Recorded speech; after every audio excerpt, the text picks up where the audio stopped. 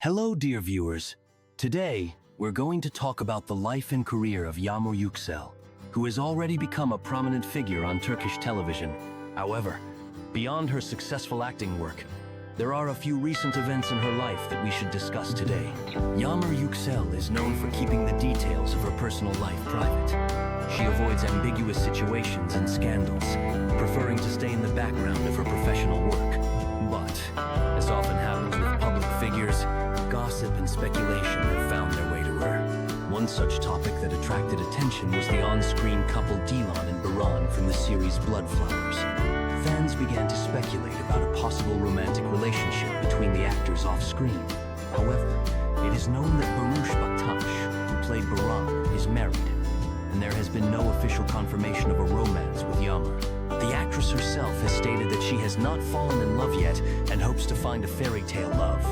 Just like in the series, at the moment, Yagmur is dedicating much of her time to improving her acting skills. And in her free hours, she enjoys spending time with family and friends, listening to music, and reading books.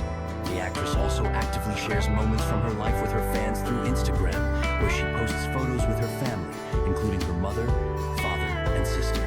These photos show how important her family's support and love are to her. Unfortunately, recently, Yagmur faced a wave of hate and offensive comments directed at her. However, she decided not to stay silent and filed a complaint with the authorities, expressing her intention to protect her reputation in court.